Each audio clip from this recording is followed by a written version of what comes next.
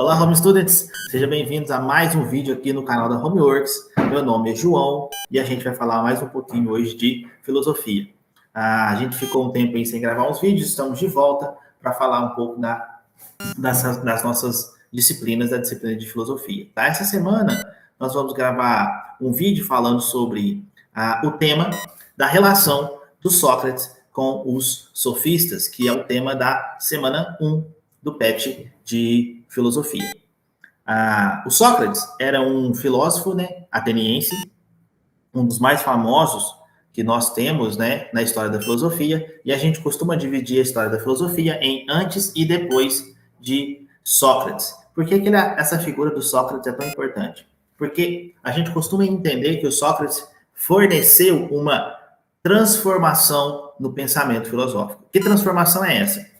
Deixou de ser uma investigação da natureza, a filosofia com os filósofos pré-socráticos era uma investigação da natureza, e o Sócrates fornece ou transforma a investigação filosófica numa investigação ética, numa investigação sobre o indivíduo, O que é uma investigação ética, então? Uma investigação sobre a melhor forma de vida, o melhor modo de vida. É isso que o Sócrates propõe que a filosofia tem que fazer. Como que ele faz isso?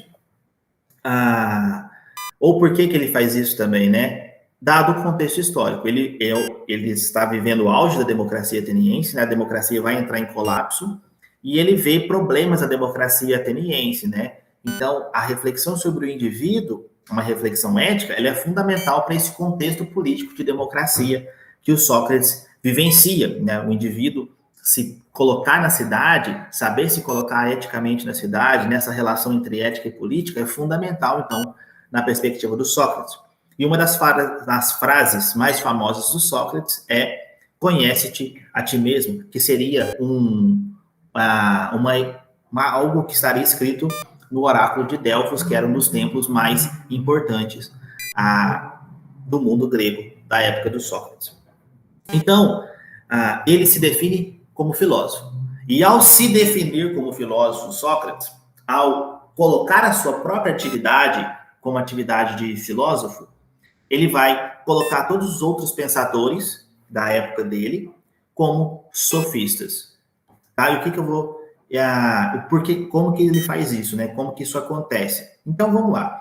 Tanto Sócrates quanto os sofistas se preocupam fundamentalmente com o que é o ser humano, em alguma medida, As atividades práticas do ser humano. Como eu disse, a vida na cidade pressupõe essa vida política. E a vida política, então, ela é permeada por essas atividades humanas. Então, definir o ser humano é importante para isso. Sócrates vai pensar essa definição a partir de uma definição que a gente chama de definição essencial, tá? O que é uma definição essencial? Como se fosse um conceito único para todos os seres humanos. Os sofistas não. Os sofistas vão partir para um outro tipo de investigação, tá? Há uma diferença, como está na apostila de vocês aí, vocês vão poder perceber, entre os pensar e perceber. O que é perceber o mundo? Perceber o mundo é experimentar o mundo com os meus sentidos, E o pensamento, a reflexão é algo que vem posterior, que investiga como se fosse uma essência por trás da aparência. A gente já falou sobre isso quando a gente falou dos pré-socráticos, Que o movimento filosófico e científico nasce exatamente de uma crença, de que existe uma essência por trás da aparência. O mundo não é só isso que nos aparece, mas tem muito mais coisas no mundo que estão por trás dessa aparência, e isso a gente chama de essência. Retome alguns vídeos anteriores aí da nossa série de filosofia, e vocês vão ter contato com estes vídeos e estes conceitos aí, ok?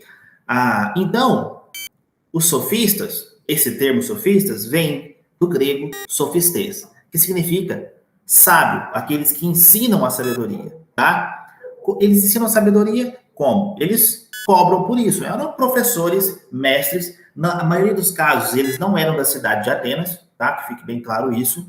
Mas eles eram estrangeiros na cidade de Atenas. Nós sabemos que é em Atenas que existe a experiência democrática. E os sofistas vão encontrar na democracia de Atenas um campo muito, muito fértil para venderem os seus saberes. Por que isso vai acontecer? Vamos lá, eles eram mestres de sabedoria e eles ensinavam, basicamente, técnicas de discurso, retórica e oratória. E como que isso se encaixa na democracia de Atenas? Pense o seguinte, você tem, a democracia de Atenas funcionava assim, os cidadãos iam para a praça, para a ágora, né, para a praça pública, e ali eles debatiam os rumos da cidade, conversavam sobre o futuro e as leis da cidade de Atenas. Nesse sentido, a capacidade de convencimento era fundamental nessa relação política entre os atenienses. Se os sofistas ensinavam retórica e oratória, que são técnicas de discurso, eles davam para esses cidadãos atenienses ferramentas para que eles pudessem participar desses debates, para que eles pudessem argumentar nessa vida política, nessa ágora em Atenas. Então, o saber que eles ofereciam, que eles vendiam, era fundamental para essa atividade política, tá? A retórica, ela é um instrumento. Por quê? Como a gente disse em alguns outros vídeos também, retomem aí, há uma substituição da violência física pelo poder da palavra, pela força do discurso. Então, o discurso e as ferramentas do discurso acabam sendo um instrumento de poder, porque ao convencerem as pessoas, ao ser capaz de convencer as pessoas de uma ideia, ao ser capaz de convencer as pessoas a acreditarem naquilo que você está dizendo, você acaba tendo um poder sobre elas, tá? Tem alguns sofistas principais, aí o nome do Protágoras, do Hípias, do Trasímaco e do Górgias, tá? São nomes que aparecem desses sofistas principais. O que acontece, tá? Esses sofistas, eles não se definiam como sofistas. Como eu disse, quem define eles como sofista é o Sócrates. Eles são pensadores.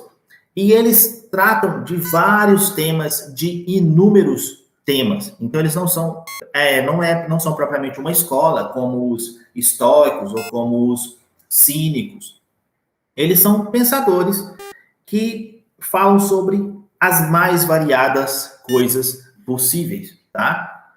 E, basicamente, ensinavam a troco de dinheiro.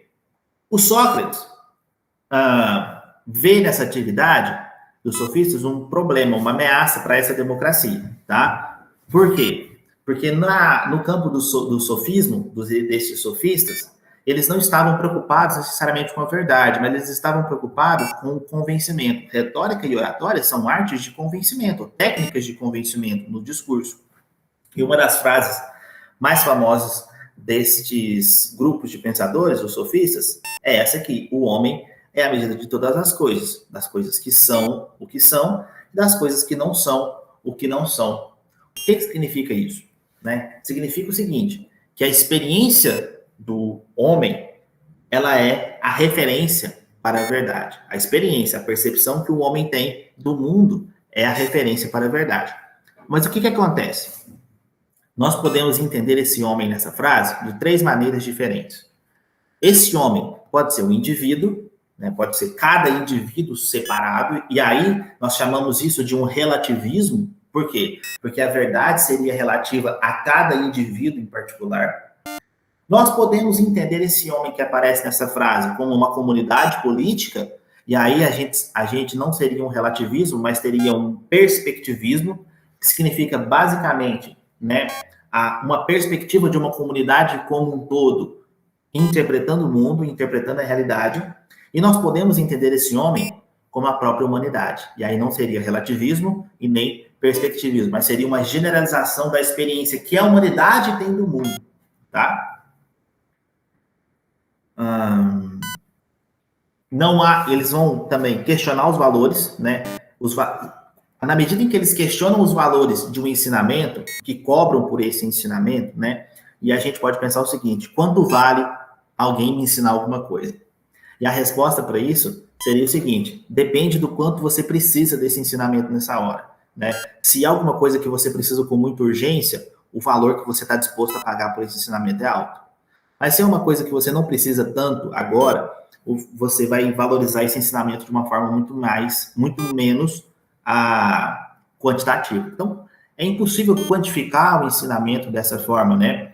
Da mesma forma, os sofistas vão dizer o seguinte: olha, eu posso defender o justo e o injusto de um mesmo fato, a partir de uma mesma perspectiva. Eu posso defender o bom e o mal a partir do mesmo fato, né? Eu posso dizer que eu posso construir um discurso dizendo que um fato é bom e construir um outro discurso dizendo que esse mesmo fato é ruim. Eu posso construir um discurso dizendo que esse evento é justo e construir um discurso dizendo que esse mesmo evento é injusto. O convencimento, né, essa capacidade de convencer as pessoas, ela é muito mais importante para esse grupo de pensadores do que a própria verdade do fato. Até mesmo porque, se a gente retomar a frase anterior, não existe uma verdade absoluta, assim como Sócrates defendia, tá? Rapidamente a gente já passa para o Sócrates, já dá um salto para a filosofia do Sócrates, que é exatamente oposta, não, né? Alguns ainda vão tentar dizer que o Sócrates também era um sofista nesse sentido, né? Mas ele apresenta algumas vertentes diferentes desse pensamento sofístico, né? Então, Sócrates, a gente sabe que o Sócrates não acreditava no relativismo, principalmente moral, né? Então, para o Sócrates, o bom e o mal eram absolutos, né? Se eu ajo de forma errada é porque eu ainda não conheci o que é o bem, né? Isso é uma ideia presente na filosofia socrática. Nós já dissemos também que o Sócrates, ele marca essa virada que a filosofia tem em direção a uma reflexão ética, e aí essa frase do Sócrates, né, que exemplifica isso, que é uma vida não examinada, não vale a pena ser vivida.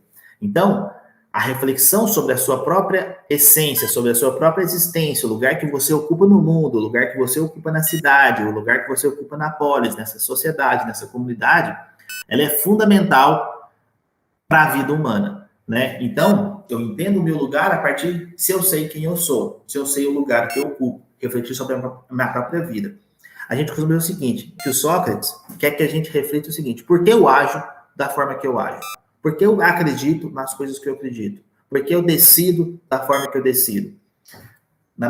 Em alguns casos, a gente só toma essas decisões sem refletir sobre os fundamentos dela, sem refletir sobre as causas das nossas decisões. E, por fim, o método socrático, que é o método que o Sócrates tinha para conversar com as outras pessoas e, de alguma forma, fazê-las, né, a conhecer a verdade. O método socrático ele é dividido em dois momentos. Basicamente, ele fazia perguntas para os seus interlocutores, né, formulava perguntas para os seus interlocutores. E, no primeiro momento, a gente chama de ironia esse primeiro momento. Por quê? Porque era o momento que o Sócrates fazia perguntas direcionadas à resposta oferecida pelo seu interlocutor. Então, ele perguntava para um interlocutor o que é a justiça, e aí esse interlocutor oferecia uma resposta para o Sócrates. Então, ele ia fazendo perguntas para ver se aquela resposta seria satisfatória ou não. Então, chegava um momento que esse interlocutor percebia que aquela resposta inicial que ele ofereceu levava a uma contradição. E aí, então, ele se via na necessidade de abandonar essa primeira ideia ou essa primeira resposta para esse problema. Então, ironia nada mais é nesse movimento de que uma desconstrução de uma ideia, desconstruir um preconceito, desconstruir uma suposta verdade. Então, Sócrates fazia perguntas tentando desconstruir essa ideia. Isso é que a gente chama de ironia, tá? Para que ele percebesse que aquela resposta que ele ofereceu não é satisfatória. Em um segundo momento, ainda, né, fazendo perguntas, o Sócrates levava o seu interlocutor a fornecer uma outra resposta, né? E aí, ou como o Sócrates chama, né, de parir uma nova ideia, que ele chama de maiêutica. Literalmente é parto das ideias. E o Sócrates compara essa função que ele tinha com a da mãe dele. A mãe do Sócrates era parteira, e aí ele fala o seguinte: assim como minha mãe não gera uma criança, mas ajuda outra mulher a dar à luz a uma criança, eu também não gero uma ideia. Mas, a partir do meu trabalho, eu ajudo a outra pessoa a dar à luz a uma ideia. E, para o Sócrates, né, parir uma ideia é tão doloroso quanto parir uma criança, né? É um movimento difícil, porque abandonar algo que nós acreditamos como verdade é complicado, é difícil, é doloroso, e construir uma nova ideia, o trabalho do pensamento, de construir uma nova ideia, de identificar uma nova verdade, ou uma nova possibilidade de verdade, é doloroso, é difícil, né? Então, o trabalho do pensamento, ele também exige esta dedicação e esta e esta construção difícil do pensamento. Ok? Para mais vídeos, você já sabe o que você tem que fazer. A gente vai ficando por aqui. Você assine o canal, ative o sininho e aí para você receber as notificações dos nossos próximos vídeos. Nos vemos em breve. Até mais.